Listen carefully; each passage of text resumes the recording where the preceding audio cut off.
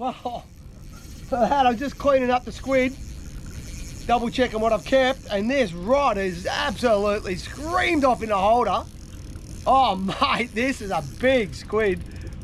When they take runs like that, I was just sorting out some of these cracking big squid I've got here. So far it's about 14 squid I've worked it out to be this morning.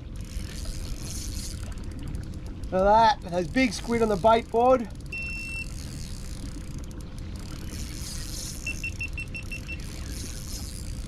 That's just the battery going flat. Oh, look at this thing popping up at the back. Pity this camera on my chest has just gone flat.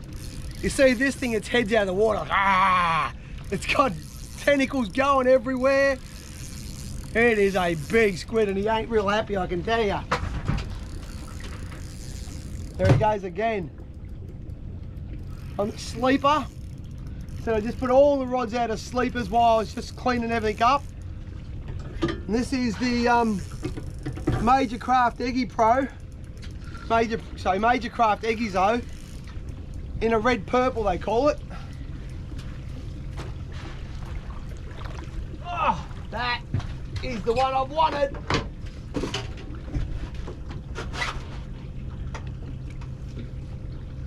Let me just clean this mess up. Let him sit there for a minute. Oh, the other rod's getting hit.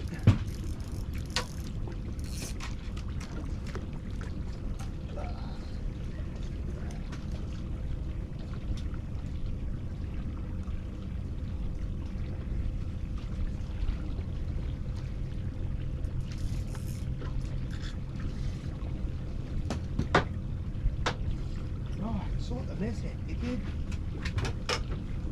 Fuck's sake.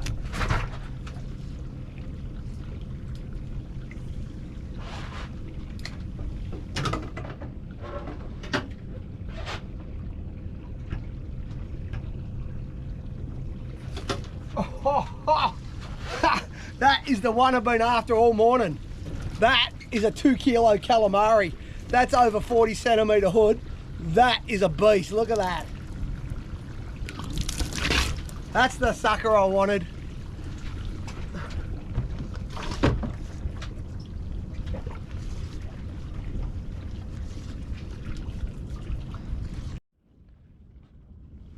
Tide changes are absolutely critical with squid.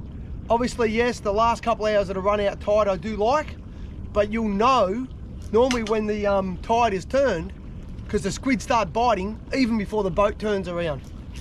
As soon as that tide just switches from slack to the start of the flood, you often find those squids switch on really aggressively for 15 to 20 minutes and you often get just that quick 4 or 5 squid. And often if you're out for the snapper for the day, that's all you really want anyway. Another one. All right, tide's just started to flood and the squid have come on again. I might take the chance and just lift this one, let him ink out there like he is. Oh, he's still got plenty of ink in him. Not a huge squid, but he's going to tank for a little bit. Another one on the sleeper.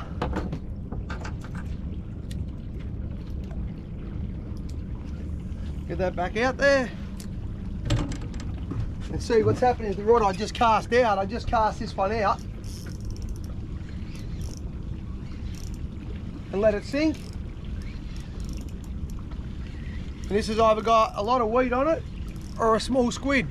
Let's just see. I'm pretty sure it's weed though, because it has been sinking for a long time sitting on the bottom. Yeah, it's just weed. Sometimes hard to know. A big chunk of weed can be like a little squid.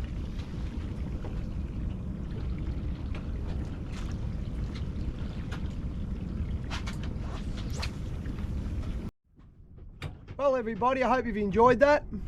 I've ended up this morning with about probably 15, maybe 16 squid. That's a pretty good morning session. I've spent 2.5 hours on the squid this morning solo. Great day, great conditions, a little bit overcast, getting them in the dark this morning. Got a mixture of sizes from little ones through to true monsters today. That's a great day's fishing, so I hope you've enjoyed that and see you all again soon, tight lines. Well, g'day everybody. I'm going to show you how to look after your catch. I've got a beautiful calamari here that I've just caught and a Ziploc bag. Submerge him in a Ziploc bag. Now he fits right across the bottom, which is good. And what I'm going to do is just Ziploc that up, only all of it except for about 1 inch in the middle. Now I've got a bucket here pretty full of water. You do want a lot of water in your bucket. And what you do is just submerge that in the bucket, push it around the outside of the bucket, and you'll hear all the air being squeezed out of that bag. So do that all the way down to the top of your Ziploc, and then just close that last little bit of the Ziploc.